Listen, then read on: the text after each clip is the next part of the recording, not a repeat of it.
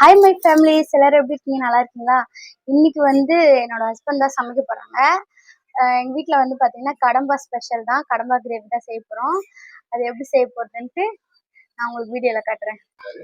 இப்போ வந்து நாங்கள் பார்த்தீங்கன்னா கடம்பா வாங்கினதுக்கு குட்டியாக ஒரு 3 இருக்குது ஃப்ரெண்ட்ஸ். அதை ஒரு 7-8 தக்காளி வச்சுக்கலாம். எனக்கு குட்டியாக ஒரு 2-3 இருக்குது. அப்புறம் பார்த்தீங்கன்னா வெங்காயம், சும்மா ஃப்ளேவருக்கு 2 பச்சை மிளகா, அதுக்கப்புறம் கருவேப்பிலை, கொத்தமல்லி. நான் வந்து கடம்பா இந்த கிண்ணத்தில் போட்டு வச்சுருக்கேன்.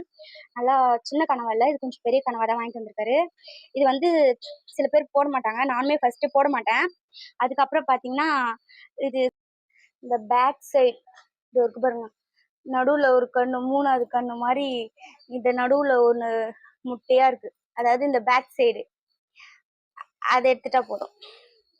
இதோ முட்டையா கருப்பா இது எடுத்துட்டாலே போதும். அதுக்கப்புறம் இந்த தோல்லாம் வந்து நம்ம வேக வைக்கும்போது அதுக்கப்புறம் நம்மளுக்கு வந்துடும். பண்ணிட்டோமா, அது வந்து குக்கர்ல போட்டு வேக வைக்க வேண்டியதுதான். மஞ்சத்தூள்,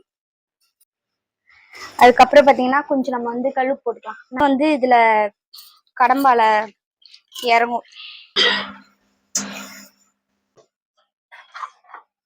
ஓகே ஃப்ரெண்ட்ஸ், ஃபர்ஸ்ட் என்ன போடுறாரு பார்த்தீங்கன்னா பட்டையா இலை போட்டு வச்சு இதெல்லாம் போட்டுக்கலாம். மசாலா ஐட்டத்தை கொஞ்சம் ஸ்ப்ளிட் பண்ணிக்கலாம்.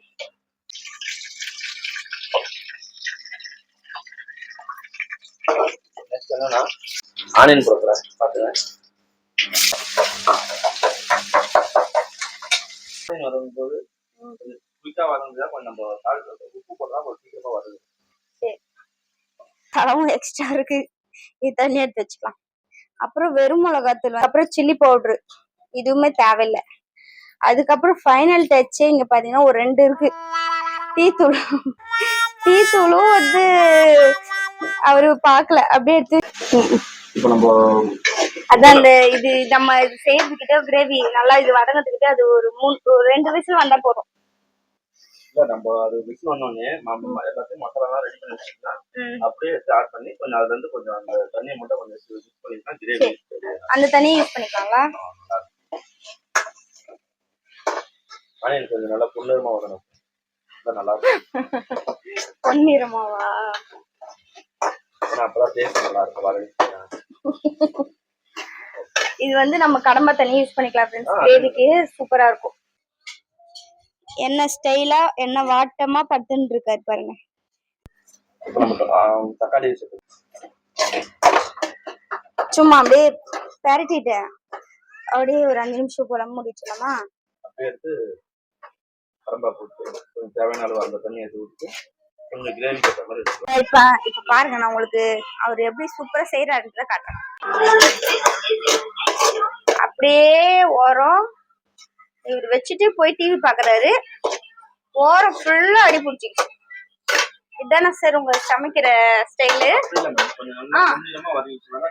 ஓ சரி, அதனால வந்து இன்னைக்கு எங்களுக்கு வந்து தரமான சாப்பாடு இருக்கு, அப்படிதானே?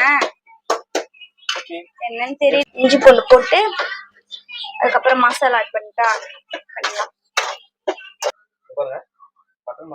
வந்து மசாலா வந்து நானே போடுறேன். இது வந்து கறி மசாலா, சிக்கன் மசாலாவும் போடுறேன். எல்லா மசாலா ஆட் பண்ணிட்டோம். கொஞ்சம் நல்லா இருக்கு. எப்படி கடம்பா எல்லாமே ஸ்மெல் வந்துச்சா? இல்ல மசாலா.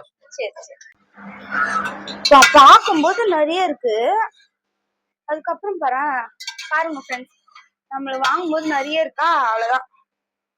கொஞ்சம்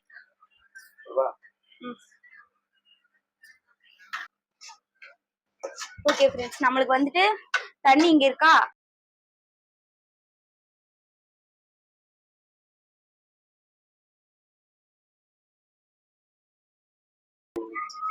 கிரேவியா தான் பண்ணலாம்னு தான்.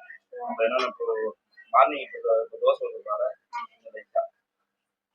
இருந்தாலும் நம்ம வந்து இன்னும் திக்கானதுக்கு அப்புறம் தான் ஃப்ரெண்ட்ஸ் நம்ம சாப்பிட போறோம். மார்னிங் தோசைக்கு இது வச்சுக்கலாம். இது கொஞ்சம் சால்ட் லெமன் ரெடி ஆயிடுச்சு, கொஞ்சம் சால்ட் மட்டும் ரெடி இருப்பாங்க. இது வரும்போது நம்ம லைட்டா சால்ட் போட்டு